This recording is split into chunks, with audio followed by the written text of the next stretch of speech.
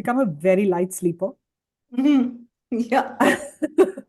Like he would turn, take a वो करवट भी लेगा तो I will wake up. Hello, beautiful people, and welcome back to Parenthood. I'm your host, Neha Garg, and every week we meet parents from all walks of life. Parents who are brave enough to share their stories with honesty, humor, and heart. This isn't a podcast about perfect parenting. It's about real people navigating the beautiful, messy world of raising children while also holding on to themselves. In today's episode, we'll be speaking with Diksha Sethi, an entrepreneur, a mother, and someone who speaks with refreshing clarity about the often invisible load that mothers carry. Her journey into parenting hasn't been a linear one. From navigating the overwhelming early years of motherhood in a big city without a support system, to becoming fiercely aware of the motherhood penalty and advocating for equity for mothers at home and at work, Diksha brings both vulnerability and insight to this conversation. So, whether you are a parent yourself, thinking of becoming one, or simply curious about what it really takes to show up for your child while showing up for yourself, this one's for you. Diksha, welcome to Parenthood, and thank you so much for being here. Thank you so much, Neha, for being so kind with your introduction. You deserve it and Yeah. more. I think all mothers do. Yeah, that's true. That's true. So let's begin somewhere light. If you had to pick just three words to describe who you are, what would those three words be? Oh, wow. I always get stuck at this question. I don't know how to describe myself. I think this is my imposter syndrome speaking. But I think I would say curious. Mm-hmm. That's one. I believe I'm a learner for life. That's Mm-hmm. what has defined me, so far. I'm always curious to learn something new. Um, uh, wow. Thinker? Uh-huh. Yeah, Maybe we an overthinker? Yeah. yeah, we are just seeing the glimpses of that side of your personality right Yeah. Overthinker for sure. there. Yeah. Um, Intuitive.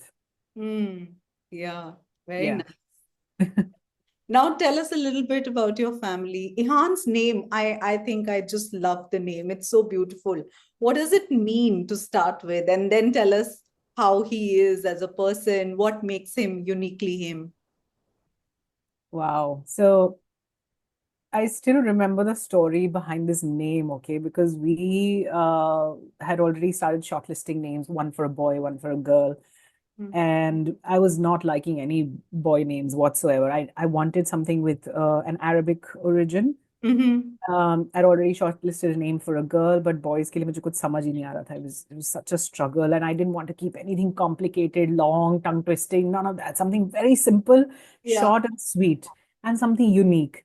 And you know how the culture is in North Indian families, they usually take out an alphabet and then you have to choose a name with that. I was like, I don't want to go through any of that because by the time that time comes, it's already 40, 45 days and the family has already started to call the child with some pet name और Yeah. वो नाम पक जाता है.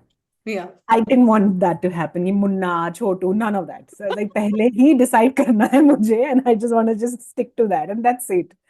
So yeah, it was actually we crowdsourced the name. So my office, Vishal's office, my husband. So we invited, suggestions from everywhere. So long story short, we looked through a lot of names for boys, and then this name came up.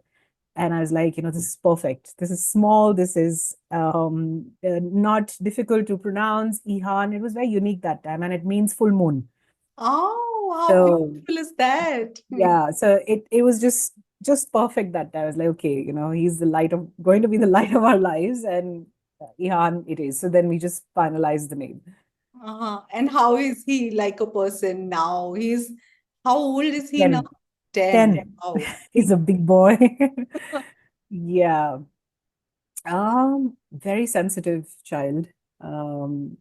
Very, very thoughtful, extremely loving. Um, and yeah, I'm like a typical boy sometimes as well. He's super smart and super chatty, and he knows a lot of things already, and very curious, and has a lot of questions to ask. And he'll be like challenging you on every step, and he'll make you think, and he'll make me go crazy sometimes. So yeah, I mean, it's quite a ride Yeah. having him. I'm sure. I'm sure. And Yeah, you spoke about your co-parenting journey with your partner. It yeah, sounds like it's been a very shared experience. What was yeah. that early season like stepping into parenthood together? Hmm. So, initially, I think it was a lot of struggle, I would say. It wasn't easy stepping into parenthood for both of us, Mm, because we knew what we were getting into. And honestly, we were not prepared mentally for what was coming ahead of us, because we knew our safety net is really thin, support system is really weak. We stay away from the family, and we were not in a position to leave our jobs, uproot ourselves, go back home. None of that was possible at the time. Um, so yeah, it was jittery, honestly. And he obviously understood that my career is important, and there is at no point there was a conversation in our house to say that tu job chhod de, mm, or make a choice between this or that. mm. There was never that conversation in the house, so that was a good thing, a very positive thing. And I think unless it's a mother's choice to take a step back from Yeah, her work and focus completely on her child, it should never be forced. yeah, um, and I knew that even if I wanted to leave work, I couldn't at the time. yeah. So that, I think, that decision was very mutual Mm, when we arrived at it, that okay, we've got to do this together in whatever way we can. So we started looking around for help, um, and it was back in 2015, and maternity was only 3 months back wow, then. wow. No concept of working from home and remote work and hybrid, and none of that existed. Yeah. Either you're there or you're not there. Mhm. So yeah, it was nerve-wracking, honestly. And of course, initially, because as a baby, the mothers required more around the baby. So Yeah. I did give majority of my time to my son, and carrying a lot of guilt every day. When I Mm, went back to work, I still remember that day when I had to leave him behind with a nanny. Um, it was, I mean, I could not focus at work at all that day. It was just so hard, mm. and the guilt would just eat me inside. And I was like, I want to go back. I just I don't want to do this. But um I made a choice, and I was like, okay, I got to calm down. I have to get through this, and the only way through it is to go through it. There Yeah. is no shortcut, right? Yeah. So Yeah. yeah, And something that you've said is stayed with me, that you didn't have much of a social life for the yeah, first 5 years of motherhood. yeah, That level of isolation, I mean, yeah, it's very hard to even imagine. yeah. It's something many parents feel, I think, but not many do talk about it. Yeah. How did you navigate that time? Um, it was lonely. It was very lonely. In fact, um, I could see the change happening even during pregnancy, even though I was working till the last day of, before, just a day before my delivery. Mm, Um, I chose to work until the very last day, because everything was normal, my health was okay, so I was quite active that way. But I could see how, obviously there are lots of restrictions. Your body doesn't allow, there are mood swings, there are hormonal changes, and you don't feel like, and you have to be cautious all the time. And for me, I mean, it just sort of came to a grinding halt, when my son was born. Not that I was very, very social, but at mm, least I had a choice to, yeah, step out, meet people, or they could come over or whatever. Um, but yeah, that just completely stopped. And it was lonely. It was very lonely. And, suddenly you realize that, your friend circle, they're not, half of them are not even married. Yeah. And you've become a mother. You're at a very different stage of life. They Yeah. are at a very different stage of life. You can't expect them to understand what you're going through. It's not going to happen. And I can say this now, but at that time, I felt really bad. I was like, no, this is not done. But I understand now, you evolve, you mature with time, and you get it that, okay, then they're not going to get it. It's fine, you know. Yeah. And yeah, I mean, I was back home for 2.5 months with my mother, my parents. Um, so that was great help. But then when I came back to Delhi, I had to join back work. It was very intimidating. It was difficult. It was just work and home and work and home and that's it. Um, with no break, no breather, no proper sleep, none of that. So, but I do thank my stars. We found a good nanny. We found somebody who we could trust. Thankfully, we, were not very jaded parents. We knew technology, we understood technology, so we could get that security system at home. And thank God for all of this to be present in our times, that we can make use of it. And there were cameras installed and CCTVs everywhere, and we would like just be there like a hawkeye, keeping a hawkeye all the time, what's happening every moment, everything, we would get notified. um you know so yeah. Yeah. Sounds very tough. I'm just so glad that you came out of that. How did it go from being a lonely journey to, discovering your social side again and rediscovering? Did you rediscover that? But it, of course, it is limiting, right? But then when the choices are taken away from you, then it becomes a different story, right? Then it becomes Yeah. really restricting, and then it becomes a little suffocating also. Then you want to just break free, and there are days when you're feeling like, oh yeah, mujhse nahi ho raha, I just want to drop everything and just run away somewhere, right? That, I'm sure a lot of mothers feel that frustration. Yeah. But yeah, it was challenging, but thankfully I had work, which I used as as a respite, as an escape mechanism, where I would meet people, I would speak to somebody else, I'd get to have other human touch points in my my life. So yeah, that I think helped me, keep my sanity somewhere. Right. Yeah. And you said Ihan was born via C-section. Would you be Mhm. comfortable telling us a little bit about that experience? What do you remember most vividly from that time?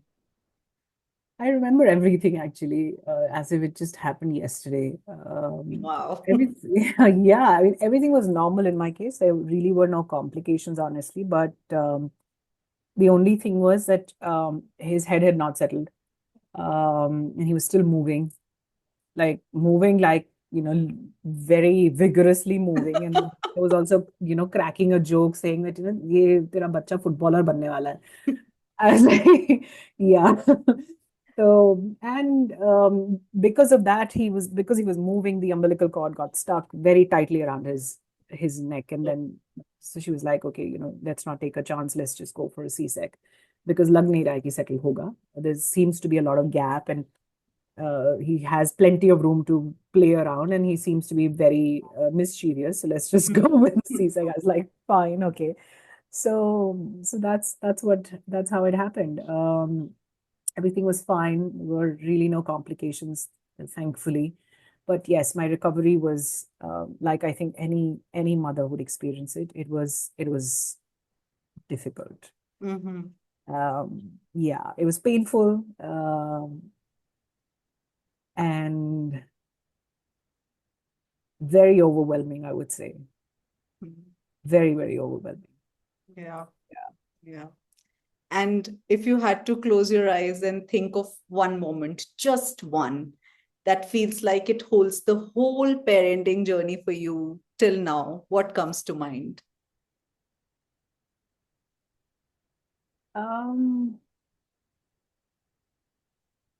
it's difficult to just describe this in one moment, but Mhm. um, I remember once I think I was in the kitchen and I was making something, and just randomly Ihan just walks up to me and says, he just hugs me from behind and he says, I know being a mom is so difficult, Mama, but I'm so proud of you. And I was like, where is this coming from? And I just started bawling my eyes out. And I was like, okay, this makes it all worth it. I'm doing something right. Yeah, yeah, you are. You are. Yeah. And what does life look like these days as a parent, as a professional, and as just you? Oh wow. Life is actually I'm no complaints. Honestly, no complaints.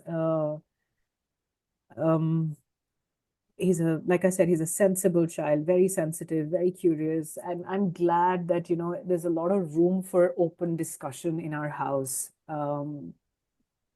He's an avid reader. He reads a lot, so he asks a lot of questions. So, and we've also introduced him to certain books which are age appropriate books like preteens and Mm, sexual education and all sorts of things.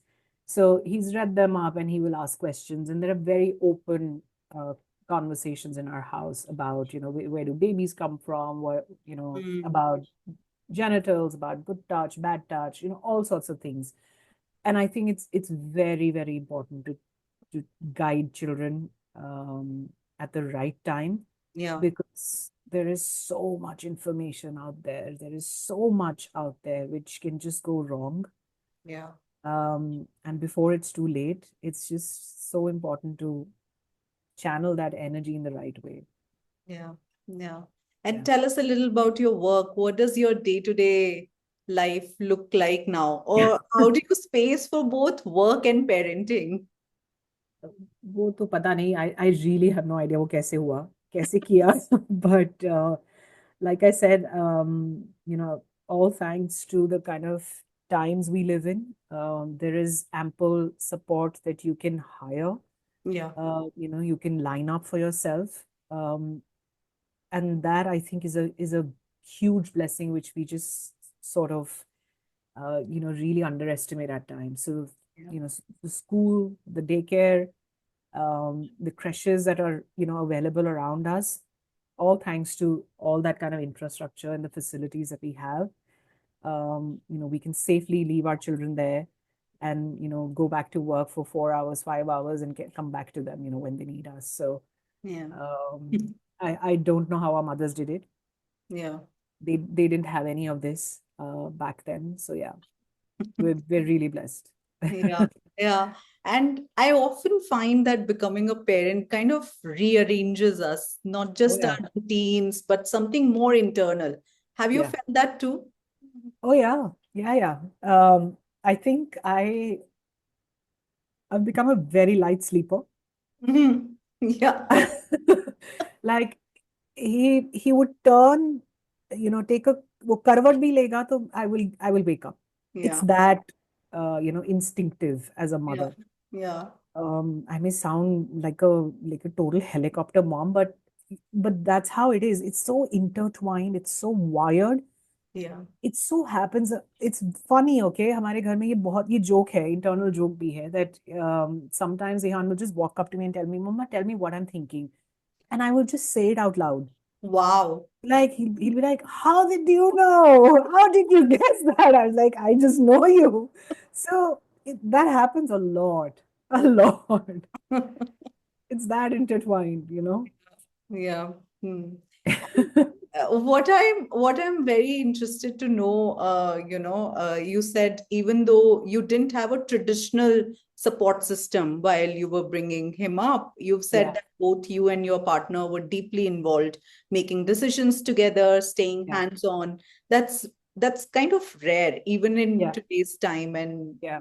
how did you build that kind of partnership when it comes to raising your child? I think I'm just lucky that way. And I think Ihan is very lucky that he had such a devoted dad. And Vishal is really, really involved. in every little thing that when it comes to Ihan, you know, Mm. smallest of the things, from his school projects to his uniform to his annual day to what he is going to take, you know, in his tiffin today, to dropping him to the bus stop, to, you know, what kind of friends he makes, and, you know, who is he talking to, not talking to, everything. Um, and it's really heartwarming to see them fight. Sometimes they fight like crazy. They argue as if, you know, it's not the 10-year-old Ihan talking, it's suddenly he's just like 20, 25. Uh, That but day is not far. yeah, I know, I'm sure it's not far, but it's heartwarming. I get really worked up when I see them arguing like that. They fight over food, you know, like siblings. They're like bickering over it. "तूने मेरा ले लिया, तूने मेरा ले-" You know, it's like that. But I think that's where the bonding is, right? And that's what I think is needed in a child's life, where one parent can be the friend Yeah, and the other parent is holding boundaries. Of course, we keep switching roles. yeah, Uh, you know, at times we have to, you know, good cop, bad cop, that keeps happening. yeah, Uh, so yeah, that's the balancing act that really works well. yeah. And do Yeah. you feel like you've started to kind of find your village now, or at least a few people who hold you through this journey, in this journey of parenting? Um, Not, I don't know how to answer that honestly. I think I would say the kind of people I've met um, at work or through my podcasting, um, the people, kind of people I've connected with, be it psychologists, nutritionists, you know, teachers, I've learned a lot from them and Mm. their stories. The shared experiences, the Yeah, shared journeys, that I think has really helped, you know, in making some choices for my child, and of course, our own journey, right, with our own parents. yeah, That also brings in a lot of learning and tells you what not to do, what to do, you know, and yeah. what to carry forward, what to just, you know, where to break the cycle. So a lot of that as well. Yeah, yeah. And amidst everything else, Diksha, how do you find moments that are just for you? Or is that still something that you're figuring out? No, I've managed to find that. So, and that's the reason why I'm a night owl, because that's the time when I get, you know, time for myself in the night. So that's my time, my space. And I'm like, I'll just watch some trash on TV, or, you know, I'll just, you know, do some unfinished business. I'll complete that or something or the other. Um, so yeah, that's the time when I'm most productive, most active, and I'm, you know, finishing up my work. Got Yeah. it. Got it. And was there a moment, maybe one of those hard days, when you felt completely overwhelmed and, that maybe, just put your hands up, overwhelmed, that I can't do this? What did that look like and how did you move through it? बहुत है, बहुत है. I'm honestly, I keep counting my blessings every day, and I don't know what I would do with the kind of, you know, support system that I have in place. Yeah. Um, you know, the cook who comes to, you know, feed you on time, and the person who comes to clean your house and keep things in order, and ek din wo na aaye, you know what happens, right? So I really I'm very, very grateful for all the help that they do for us. And of course, it gets very overwhelming. Of course, you know, there are days when you're, you know, you're like, you just throw your hands up in the air and you're like, bus, nahi ho raha. And there used to be a time when I would beat myself up to say, yeah, why can't I figure this out? Why can't I do this? You know, I don't anymore. I try not to beat myself up anymore. And I'll be like, it's one of those days. It's okay. Yeah. Tomorrow's gonna be better. Yeah. Nahi ho, Raj, I don't want to push myself anymore. It's fine. Yeah. So it's a constant reminder that you got to be kind to yourself. You got to be gentle with yourself. Some days it's fine. Yeah. In your ideal world, what would a more fair and just parenting world feel like when it comes to, at least when it comes to corporate setups? The day we start taking this for granted that it's only a mother's job to raise a child is the day I think we've won this battle. Hmm. I mean, for example, if there's a man in the boardroom and his son or daughter is sick and he gets a call, he may not, I'm sorry, I may be generalizing it, but if the child is sick, Yeah. the mother by default would be, staying back at home either out of guilt or whatever. Yeah. But it's not expected out of the dad to immediately drop everything and go. Yeah. It's not the right example, maybe. But No, I'm just but you're talking right. about It's how not the norm. It it's may yeah, be, yeah, yeah, it's not expected. It's not the yeah, default setting. I'm talking yes, about the default setting. I'm sure there are tons of dads out there who are extremely doting and caring, and they would drop everything to rush back home. But I'm saying it's not expected. And yes, even if they have to drop everything and go, the team would step up and, fill in. yes. But if it's a woman, I don't think that's going to happen. It may not happen. Mm. It may be, I don't know, frowned upon, or it just may be looked upon as, oh, iska to rozgar. Hmm. Those kind of remarks, Yeah, because I'm speaking from experience. yeah, Um, I obviously it's not a comment on anybody else. I can't speak for anyone else, but it does happen. yeah, So it's not taken very kindly. It's expected from a woman to balance everything. yeah, Um, and then when we say that it's not an equitable world, then the whole narrative around feminism is just thrown back in the face, which of course has just, I think, that entire definition, that entire Mhm. conversation has become so skewed and so misunderstood. Yeah. Is probably another podcast on that. Yeah, we'll get to it. Yeah. Yeah, coming back to you and Ihan, sometimes I feel it's the smallest things that leave the biggest mark. Is there Mm. a tiny moment or maybe an incident from your parenting journey that has really shifted something for you?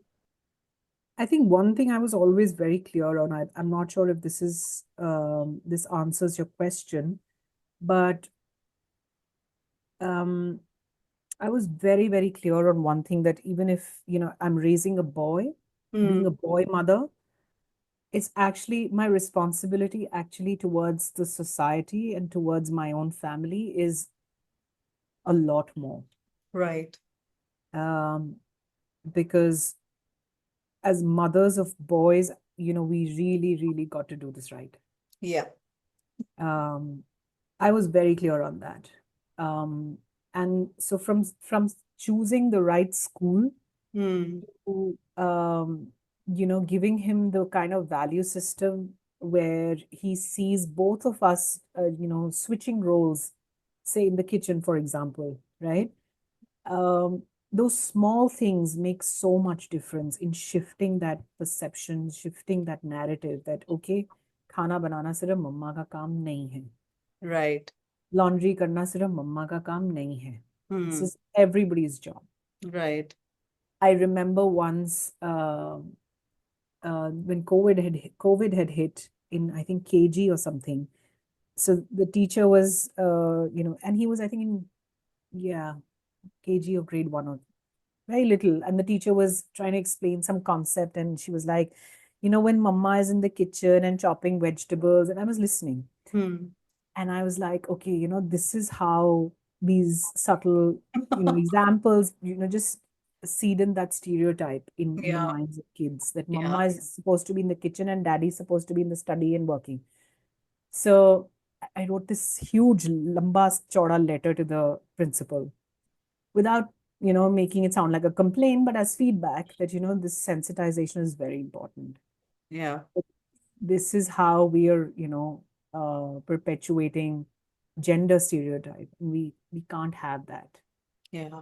Um, and thankfully that was very well received. And then they did this entire training for teachers and, also. So those kind of things, the small little steps, these are, I think, very important.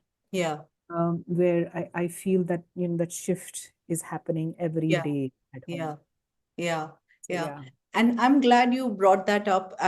Being a boy mom myself, yeah, that was kind of, I feel that responsibility mm, every day that, yeah, what I will do it right. And I don't know whether we are burdening the boys. Sometimes I get caught up in that yeah, maybe we are burdening them, but whatever it takes, we mm, got to make it right. So yeah. does Ihan realize that there is something different that is happening here, or is it kind of normalized in his circle also? Or does he see that difference? Um, See, honestly, we don't push him for anything. Yeah. And I don't think we've had that level of conversation yet where he would be able to see the difference Yeah. over here and, at his friend's place. Not yet, maybe. Um, but we are making these conscious choices for him Yeah. and for ourselves as well, right? And I'm very clear on this one thing. And I've made this very clear to my partner as well that, listen, I don't want him to be raised with this sense of entitlement Yes. at all, that I am a boy, you Yeah. know, because this is the starting of everything going wrong, Right.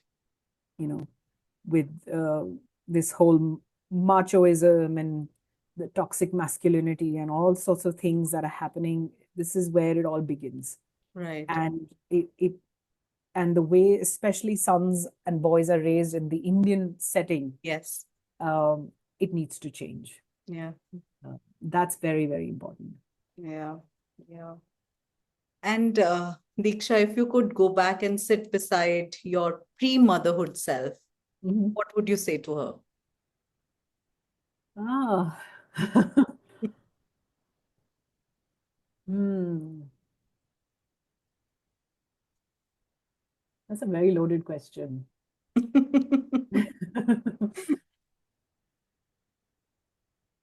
I think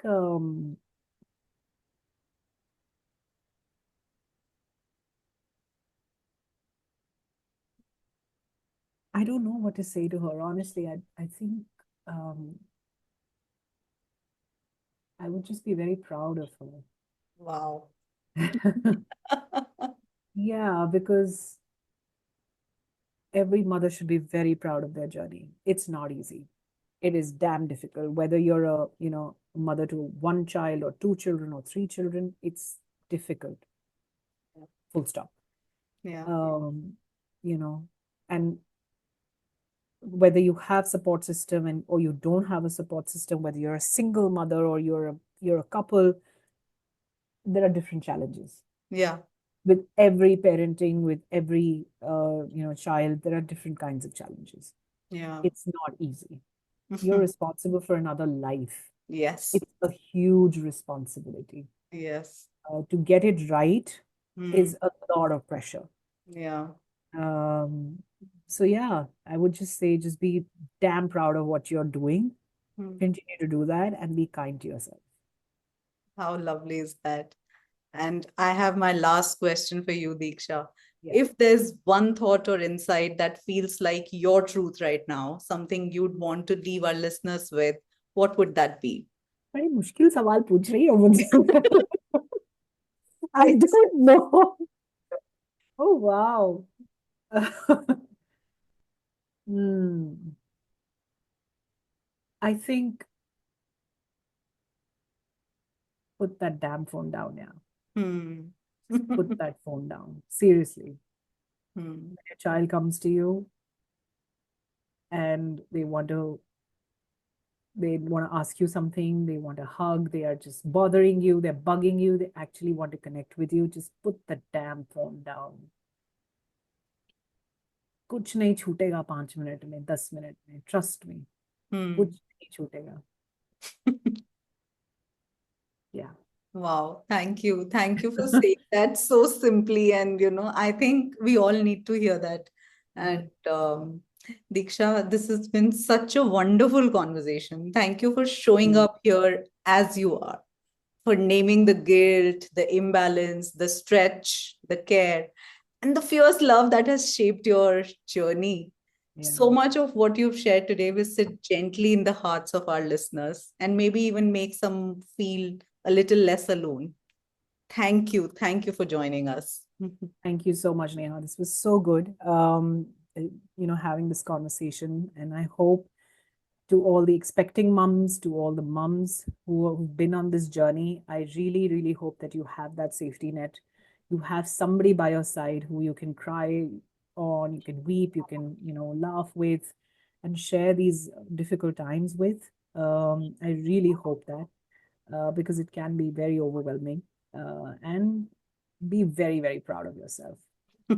You've got it.